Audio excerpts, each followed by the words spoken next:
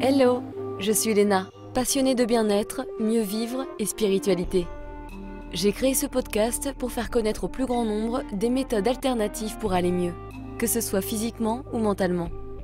Quels que soient vos problèmes, quelles que soient vos croyances, restons ouverts, restons curieux et testons. Bonjour à tous, et voici la suite de l'épisode avec Rebecca Tollin sur le syndrome de fatigue chronique. Bonne écoute! C'est fou comment ça peut devenir une passion. C'est d'ailleurs souvent le cas, car quand tu as des difficultés, tu changes ta vie, tu changes ton boulot, ta carrière, ta vie perso, etc. Tout est lié. Mais parlons un petit peu de ce que l'on appelle en anglais Graded Exposure Therapy, la thérapie d'exposition graduelle, que j'ai faite aussi pour pouvoir réapprendre à marcher. Et c'est vraiment important parce que tu ne peux pas aller de A à Z en une minute, bien sûr. Ton corps, ton système nerveux, ton cerveau, il a besoin de temps et il a besoin d'être rassuré. Tu veux pas retraumatiser ton système et c'est une erreur qui peut souvent être faite parce que tu veux te dépêcher de guérir. En même temps, je vous comprends, quand on a souffert pendant des années, on a envie d'aller mieux, bien sûr. Absolument, j'adore que tu parles de ça aussi, parce que quand les gens ont leur moment de déclic avant ce travail, ils peuvent peut-être être tentés de courir un marathon. Et comme tu sais, il y a des gens qui vont avoir une approche beaucoup plus extrême, et ils vont courir avec la douleur, ou marcher avec la douleur, ou faire du vélo avec la douleur. Et il y a un médecin aux États-Unis, John Strax, qui fait du vélo non-stop alors même qu'il souffrait énormément.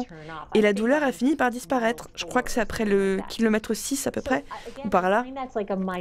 Donc voilà, je pense que c'est une minorité de gens qui ont un certain type de personnalité, genre tout ou rien, mais ça marche pas pour la plupart des gens. That does not work for most people. It's really got to be like slow graded steps. And for me, Agreed. Il faut avoir une évolution lente et progressive. Et pour moi, après avoir été tellement symptomatique, et je veux pas dire que j'étais malade pendant très longtemps, mais j'étais tellement symptomatique et je me sentais malade. En fait, tu le recadres. Tu le recadres pour ne plus te voir comme une personne malade ou comme une personne brisée. Mais j'ai commencé à faire ces différentes activités, donc par exemple, des activités physiques, car je pouvais marcher, autour du pâté de maison ou quelque chose de similaire. Donc, je marchais un peu plus loin, ou autour du pâté de maison, ou dans mon quartier. Et parfois, j'avais des symptômes, parfois sur le moment, ou plus tard avec le malaise post-effort. Mais je m'en fichais, parce que je savais quelle était la cause à ce moment-là. Et je savais que quand tu avais des symptômes, c'est en fait un moment de pouvoir. C'est le meilleur moment de reprogrammer ton cerveau. En fait, c'est facile de reprogrammer ton cerveau quand tu n'as pas de symptômes et que tu sens bien.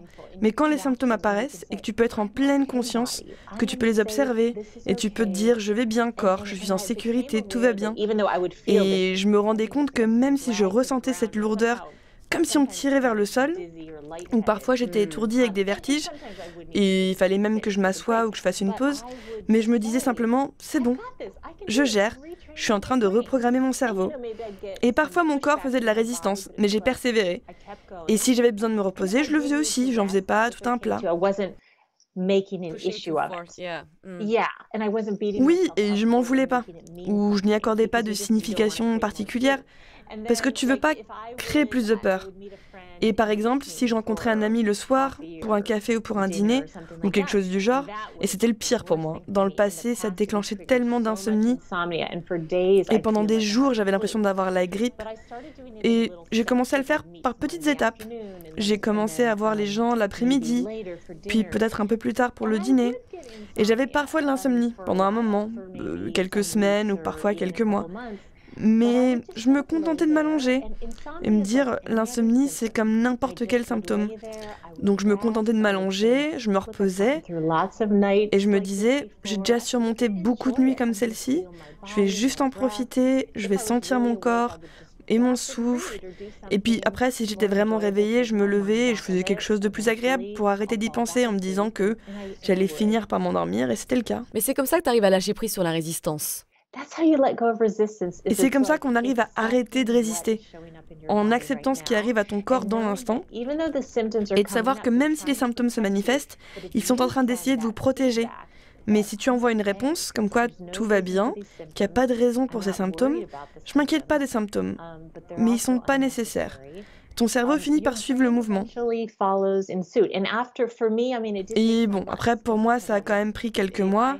J'avais le CFS, donc le syndrome de fatigue chronique, ou l'encéphalomyélite myalgique, enfin CFS, et le TMS, le syndrome de tension musculaire, pendant 13 ans. Mais je l'ai fait et j'ai continué à augmenter. Et il y avait un voyage que je voulais faire pour rencontrer ces femmes de mon groupe d'écriture, mais c'était de l'autre côté du pays, en Pennsylvanie, et moi j'étais en Californie.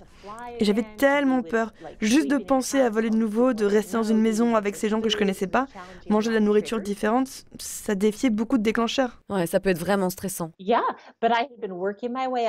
Oui, mais j'ai travaillé pour y arriver et je l'ai fait. J'ai fait le voyage et je me suis éclatée. J'ai passé un moment incroyable et j'ai eu beaucoup de symptômes pendant ce voyage, mais je m'en fichais. J'étais genre, ils peuvent pas me faire de mal. Ils ne peuvent pas vraiment me faire de mal. Et le voyage suivant, du coup, j'ai eu moins de symptômes et ainsi de suite, et ensuite, ils ont juste fini par disparaître. Ouais, exactement, et j'adore parce qu'en fait, c'est plus optimiste. Absolument. Et des fois, tu peux vivre des événements très sympas, ça arrive aussi, et il faut vraiment en profiter et bien ressentir ces émotions-là. Même si tu as des douleurs ou d'autres petits soucis, quand tu vis des moments plus cool, concentre-toi à ressentir ces bonnes émotions pour réentraîner ton cerveau. Oui, absolument. On peut changer son attention vers les émotions positives. Et ensuite, les symptômes vont se réduire petit à petit. Et ils te dérangent plus autant parce que tu n'es plus autant fixé dessus. Et t'essaies pas de les réparer. Et tout ce travail te donne simplement plus de liberté dans ta vie au final, parce que tu peux le transposer à plein de situations. Il y a plein de choses que tu peux pas contrôler. Donc c'est apprendre à juste être présente et observer tes réactions aux choses et trouver de la sérénité en instant dans la vie telle qu'elle est. Et il y a tellement plus. Je trouve qu'il y a tellement plus de paix et de calme dans ma vie qu'il n'y en a jamais eu avant que tout cela se produise. Oui, je suis complètement d'accord avec ça. Est-ce que tu peux parler un petit peu plus de ce que l'on appelle en anglais outcome independence, qui veut dire en français l'indépendance vis-à-vis des résultats, enfin une sorte de traduction comme ça, parce que c'est un point très important également, c'est le fait de ne pas être obsédé à aller mieux, de moins penser à la guérison. Alors je sais que c'est pas facile, notamment quand les douleurs reviennent, et par exemple quand tu as fait des progrès, ça c'est hyper frustrant, ça peut être vraiment effrayant. Alors comment tu as fait pour apprendre à ne plus avoir peur de tes émotions et de tes sensations qui revenaient ? Oui, et être le plus indifférent face aux résultats, c'est très important. C'est l'indifférence aux symptômes, et tu as raison, c'est dur de soudainement en avoir rien à faire que tu es en souffrance absolue ou en état d'épuisement total. Donc tu veux y arriver lentement, en imaginant d'abord peut-être l'activité, et si tu as des symptômes, ils sont en général plutôt légers. Et tu peux l'imaginer de façon plus positive et joyeuse. Et ensuite, quand tu finis par faire l'activité, si tu as de nouveau des symptômes, pour moi, ce qui a été utile, c'était de réaliser que j'avais ces symptômes des milliers de fois. Et j'ai surmonté ces symptômes à chaque fois. Et maintenant, je connais la solution. Donc maintenant, c'est différent. C'est pas de la souffrance inutile. Je suis en train de reprogrammer mon cerveau via l'indépendance du résultat.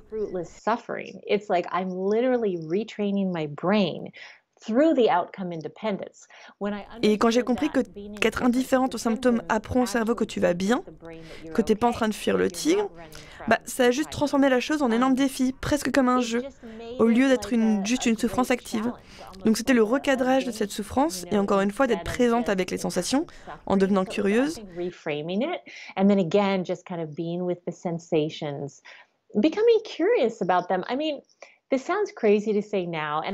Je sais que ça semble fou d'entendre ça maintenant, surtout quand tu souffres autant parce que la douleur, c'est une sensation très forte. Mais particulièrement avec la fatigue, la sensation a commencé à devenir intéressante pour moi. Et c'était un peu, waouh, il y a cet univers de sensations dans mon corps, palpitations, la lourdeur, et il change, il bouge. Et c'est devenu intéressant pour moi, au lieu d'être agaçant.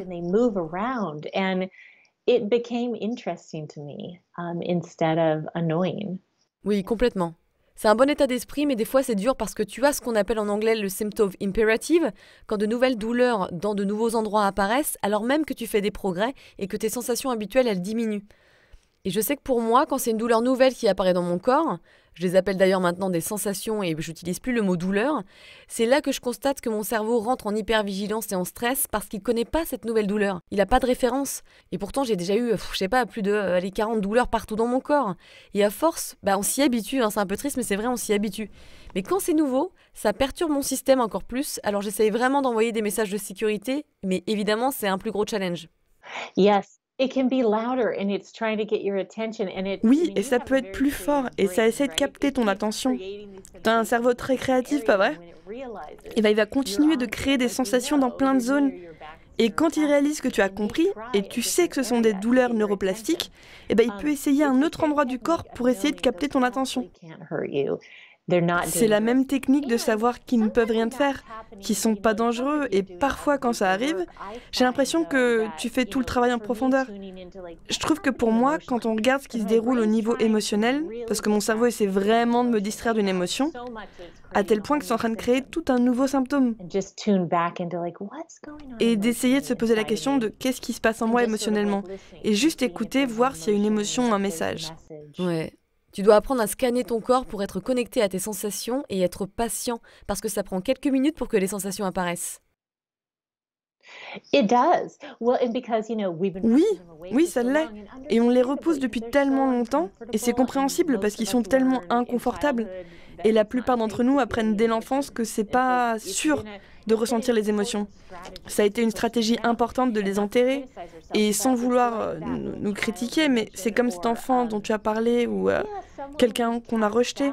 On doit gentiment les amadouer avec de la chaleur, de la gentillesse, avec de la cohérence. Donc avec les émotions, on veut continuer à ouvrir cet espace de confiance et sûreté pour qu'ils puissent s'exprimer. Parce que pendant que les symptômes se déplacent, on sait qu'il y a une émotion que notre cerveau pense être dangereux et dont il essaye de nous protéger.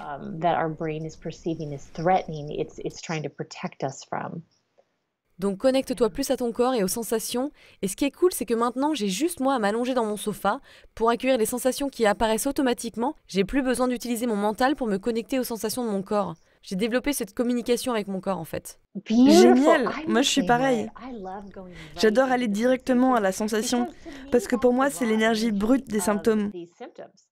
Bon, c'est sûr que souvent c'est la stratégie, mais d'autres fois le fait de continuer à marcher, de continuer à travailler, c'est aussi une façon de dire tout va bien, je vais continuer à vivre ma vie.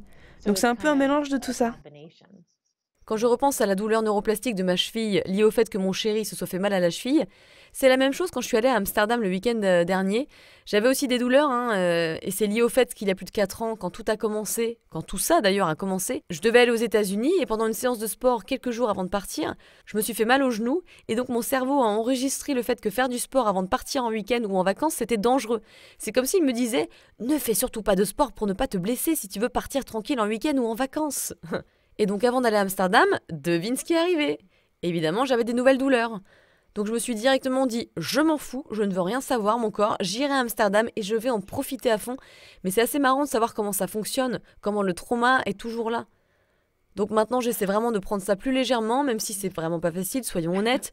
Des fois, c'est très compliqué à gérer, mais il faut vraiment ne pas oublier à continuer à vivre sa vie. Oui, c'est incroyable comment le cerveau arrive à se souvenir de ça. Il s'est souvenu d'une association entre le sport avant un voyage, et on parle de la partie la plus primitive du cerveau. Donc c'est un peu rudimentaire, et il est juste en train d'associer plusieurs choses ensemble avec une réponse conditionnée, comme le chien de Pavlov. Et donc oui, le cerveau est en mode « sois sûr de ne pas faire de sport avant les vacances pour rester en sécurité ». Et c'est super que tu aies compris ça. Et tu peux maintenant dire « j'ai compris ce que tu faisais, tout va bien, on est en sécurité, je te connais ». Je commence à te connaître. Mais c'est pas facile en vrai, parce qu'évidemment, quand tu ressens ces douleurs-là et ces émotions-là, t'as pas envie. Et comme quelquefois tu es vraiment stressé avec ça, tu oublies de reprogrammer correctement ton cerveau ou de faire les bons exercices. Mais c'est un process et c'est une nouvelle routine à adopter. Ça l'est parce que d'abord on commence à développer des chemins neuronaux dans notre cerveau pour ces symptômes, mais tout ce qu'on doit faire, c'est les interrompre et revenir aux chemins neuronaux sains. Parce que tu as aussi dans ton cerveau des chemins neuronaux sains qui sont habitués à faire du sport sans aucun souci. Ils sont habitués à voyager sans aucun souci. Donc tu veux éviter d'alimenter ceux qui causent les symptômes pour revenir à ces autres chemins neuronaux dans le cerveau. Oui, exactement. Donc je sais que tu fais des méditations somatiques toutes les nuits, et moi aussi, j'en fais plusieurs fois par jour, et je voudrais savoir ce que tu as changé ou adopté dans ta routine quotidienne pour garder une bonne santé, pour rester calme avec un système nerveux régulé et avoir un bon état émotionnel.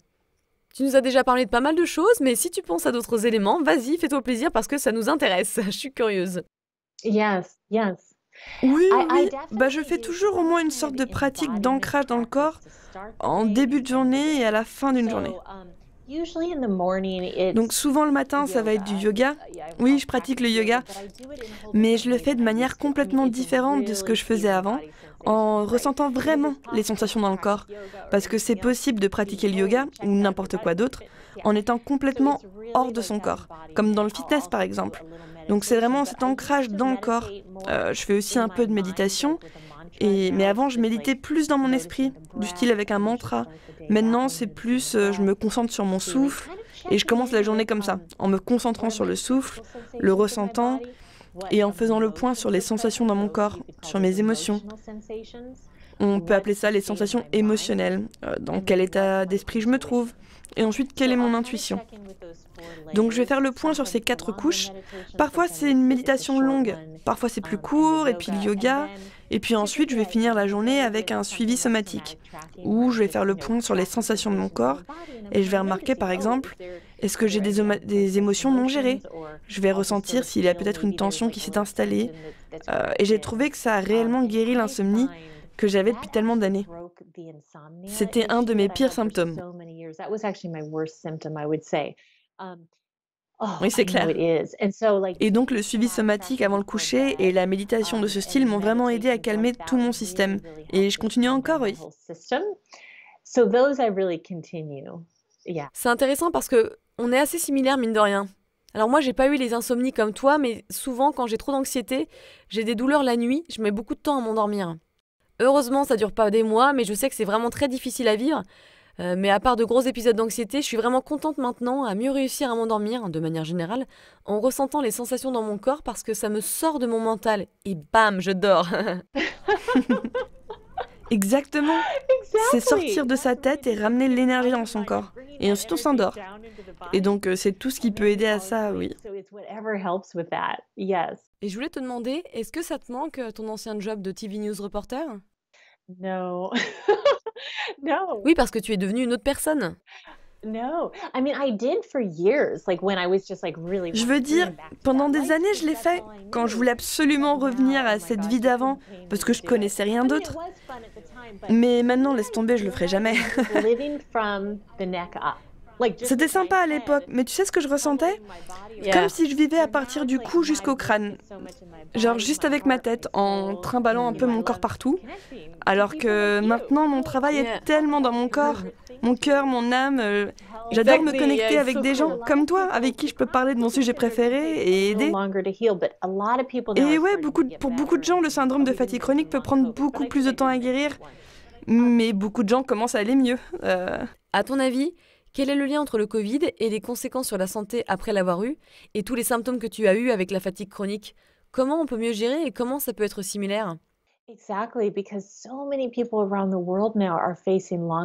Exactement, parce que tellement de gens dans le monde sont en train de vivre avec le Covid long, et ce qu'on observe, c'est tant qu'ils n'ont pas de dommages corporels permanents, genre des blessures cardiaques ou pulmonaires, en fait, c'est quelque chose de très similaire au syndrome de la fatigue chronique. Ce qui veut dire, c'est vraiment le cerveau et le système nerveux qui sont en hyperactivité et qui ont juste besoin de se calmer. Et je suis consultante sur un essai clinique avec des patients atteints de Covid long, en utilisant cette approche du corps et de l'esprit. Et c'est avec un médecin de l'université d'Harvard. Et on est en train d'avoir des résultats prometteurs avec ce même travail, que ce soit avec le Covid long, le syndrome de fatigue chronique, la douleur chronique ou n'importe quoi qui est causé par le cerveau ou le système nerveux. La douleur centralisée, comme on l'appelle souvent, ou le système centralisé. Donc c'est très important pour les gens atteints de Covid long, pour qu'ils n'aient pas à se perdre dans ces trous noirs par lesquels moi je me suis perdue, de le traiter comme de pas le traiter comme n'ayant qu'une cause physique, et aussi de regarder dans le stress psychologique sous-jacent dans lequel il se trouvait quand les symptômes ont commencé, et en calmant le système nerveux. Donc on va finir cette interview avec des questions plus générales et plus rapides. Si tu ne devais garder qu'un seul livre, lequel serait-il? Je dirais Une nouvelle terre de Eckhart Tolle. J'adore. Je l'adore. C'est tellement intemporel. Dès que j'ouvre ce livre, je lis une page et ça m'amène directement dans un lieu de paix et d'acceptation parce qu'il est dans cet espace. C'est un super rappel. à chaque fois. Et aussi, ce livre et son travail m'ont aidé à m'ouvrir et accepter la connaissance du lien entre le corps et l'esprit. Parce que mon esprit était ensuite tellement ouvert et réceptif que ça a pu provoquer le déclic. Carrément, il y a plusieurs étapes pour guérir. Et c'est vrai que se connecter au moment présent, travailler sur soi, faire un travail d'introspection, amener plus de spiritualité dans sa vie, plus de sens, je pense que c'est vraiment important pour aller mieux. Oui, ils sont tous valides. C'est comme récupérer notre entièreté. Et les différents aspects de nous-mêmes qu'on a écartés pour survivre et se protéger notre soi émotionnel, spirituel et notre soi physique. Donc c'est récupérer tout ça. Ouais, c'est clair. Quelle discipline on peut ajouter à notre routine quotidienne ? Je pense que c'est tellement important de... plein de choses. Un, c'est de remarquer les sensations dans le corps. Pour pas mal de gens, ça aide de juste observer où on est ancré. Ou est-ce que tu touches le sol et la chaise si on est assis. Juste de remarquer les surfaces sur lesquelles on se trouve. Quand j'écris via un clavier ou que je travaille sur un ordinateur, je parle avec toi, j'ai un tout petit peu d'attention qui va observer la plante de mes pieds, en quelque sorte ma fondation, là où je suis soutenue. Et ça peut être très utile pour pas mal de gens. D'autres personnes ont préféré se concentrer sur leur respiration, observer les mouvements de la respiration, dans la poitrine, dans le ventre. C'est incroyable à quel point ils peuvent calmer le système nerveux. It's amazing how much they can calm the nervous system. Mais aussi le fait de se poser la question tout au long de la journée de qu'est-ce que je ressens émotionnellement. Surtout si on a des symptômes. Essayer de le ramener à ce qui se passe émotionnellement parce que tu peux être sûr que c'est lié à une émotion enfouie. Donc ça peut être une pratique utile pour essayer de reprogrammer son état du physique à l'émotionnel. Bon, désolé, c'était genre 3 pratiques, mais c'est des bonnes pratiques. Et il faut choisir ce de quoi on a besoin en tant que personne, ce qui va te parler à toi. Non, j'adore ça. Je pourrais en écouter une centaine si tu veux.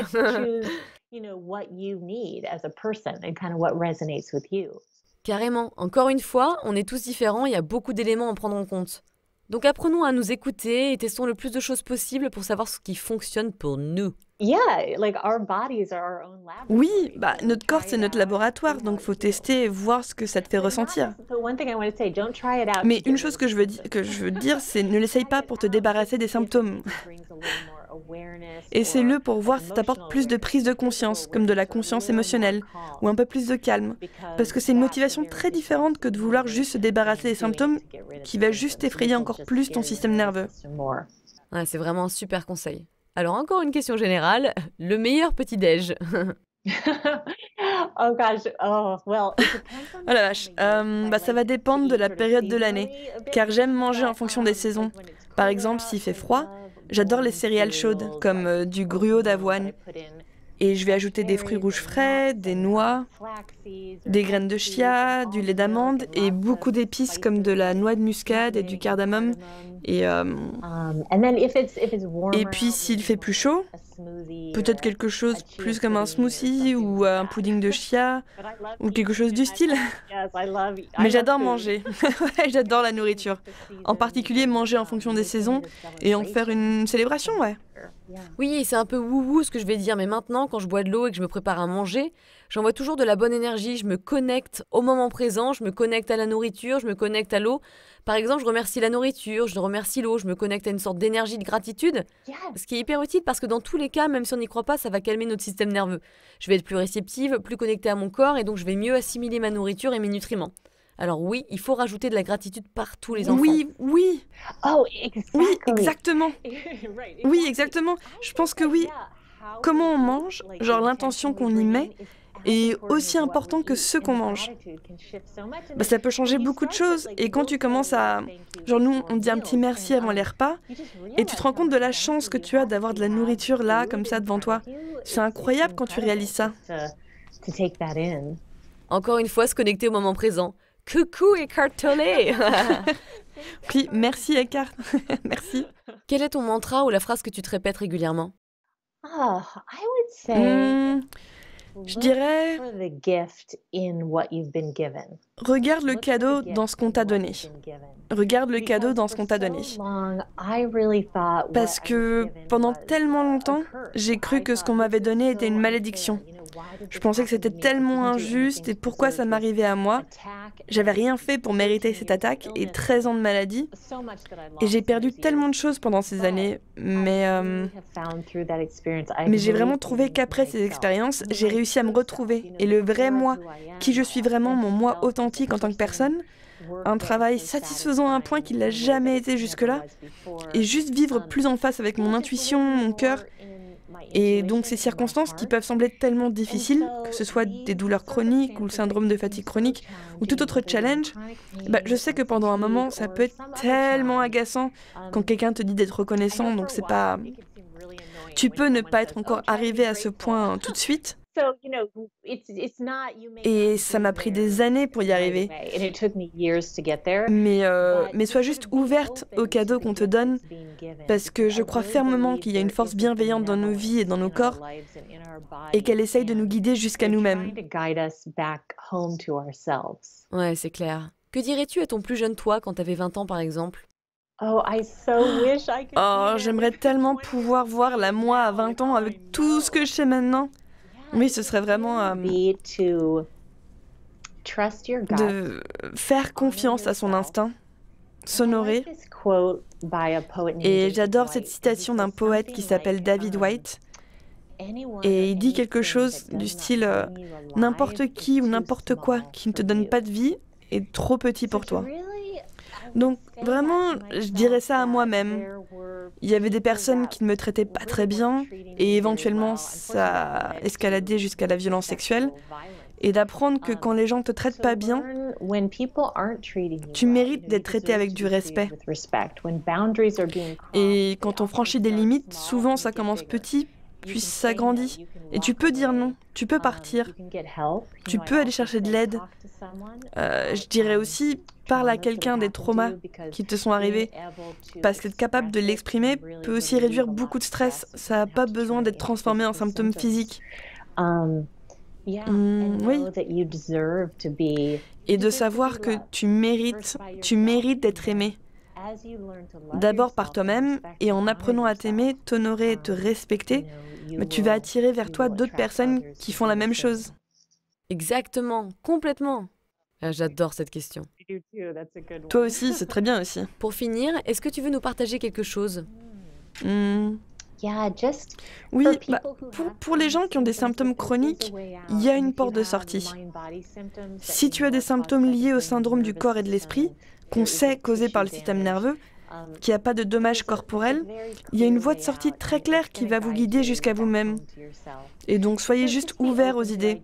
Je sais que ça peut être dur de tout digérer au départ, que ça peut être causé par des expériences émotionnelles, mais écoutez-vous, écoutez votre vrai être, allez à votre rythme, et il y a tellement plus de possibilités que ce qu'on peut croire. Tellement vrai. Encore une fois, je suis désolée de me répéter, mais il y a 5 ans, quand j'étais vraiment remplie de douleurs et hyper négative par rapport à ma vie, je pensais que j'allais finir ma vie comme ça, et en fait, non, c'est un process d'évolution. Malheureusement, il faut savoir connaître tout ce qui est obscur, avec la nuit noire de l'âme par exemple, et un jour le soleil va refaire surface, ça va être de plus en plus clair. Mais tu dois faire le travail, tu dois être capable de t'ouvrir à des nouvelles possibilités, et c'est tout un process, ça prend du temps. Mais il faut avoir confiance et ça se construit avec le temps.